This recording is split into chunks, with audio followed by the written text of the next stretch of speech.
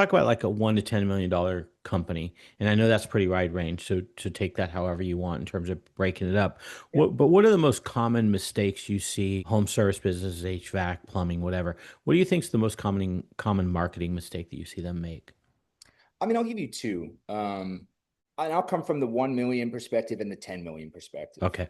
And even 10 is probably a lot. I mean, maybe we'll talk five too. I Okay. just think at different stages, like throughout the business, you have to be focused on different things. When I think about like a newer business with less employees, 1 million, like owners still heavily involved doing the work, one of the first things that comes to mind is like this concept, and it's a book that I always talk about on podcasts by Ben Hardy and Dan Sullivan called Who Not How.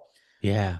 And I love this book because I think like where we commonly make mistakes is we feel this need that we need to figure everything out. We need to know everything. We need to learn everything. We need to do everything, and I think sometimes we get so caught up in the moment of just trying to start the business and keep the business going that we don't take the time to actually stop and do the work of setting ourselves up. And what I mean by that is a network.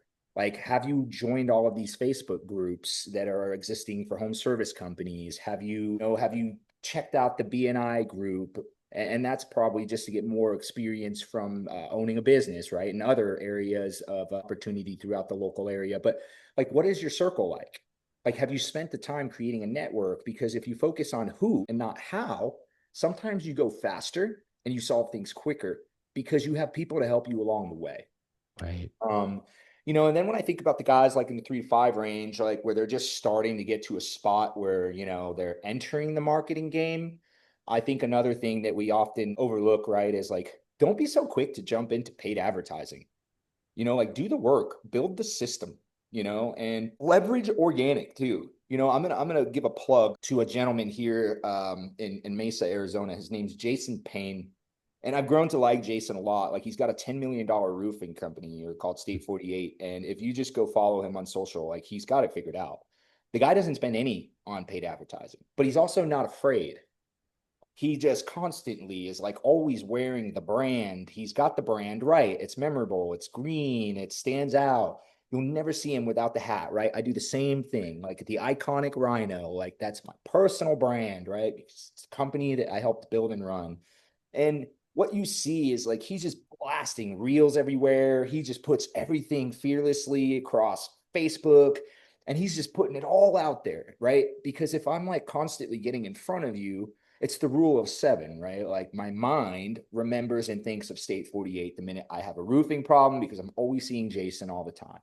And he also gives the brand a personality because he's almost like kind of semi internet influencer. And that changes how people perceive your organization. So it's a long-winded example of really just trying to say, like, before you get into the marketing game, really truly understand how you can leverage the free elements of marketing before you go so quick to just throw all this money at it.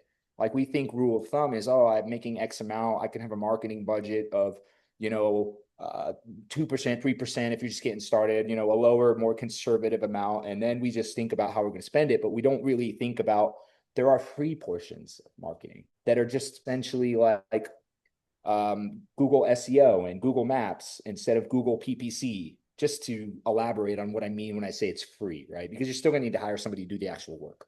Right. The 10 million guys, I think for them on marketing, it's really just understanding how to pick the right partner, and like from the agency side digitally, I think we jump to digital marketing agencies. We don't vet them out fully.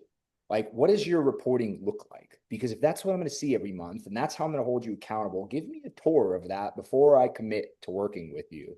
Like, explain to me, the actual components that are going to really truly vet out this partnership. Because performance is something that I expect, but like, what truly makes you different from the others? Like at Rhino, we don't just do digital, we actually do CSR coaching too. Like we don't just give you a lead and say your lead is how many dollars. Like we actually have a team and a department that you can cross over and make sure that the leads are getting booked on top of getting a lead. Which That's is huge, by the way. different. Yeah. Yes. So I mean, I think that when you start to get bigger like that into the 10 million spot and you're playing the marketing game, you really should be making sure you've got partners that are really home services oriented because they understand tactical things. And I want to give free nuggets to your viewers, your listeners. An example of that, right, is like paid advertising. there's so many ways to strategically do paid advertising.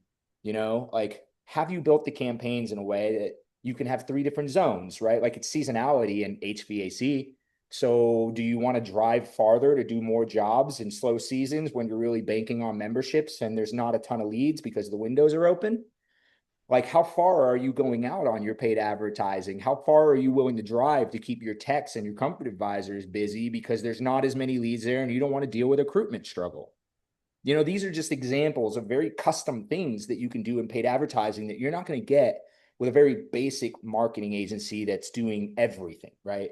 Agencies that got some dentists, they've got some lawyers, they've got, like, find an agency that truly understands you and your organization and your industry, because paid advertising in a reactive buyer's market, the majority of, home service style companies like plumbers and HVAC companies, their consumers are reactive due to emergencies. Right.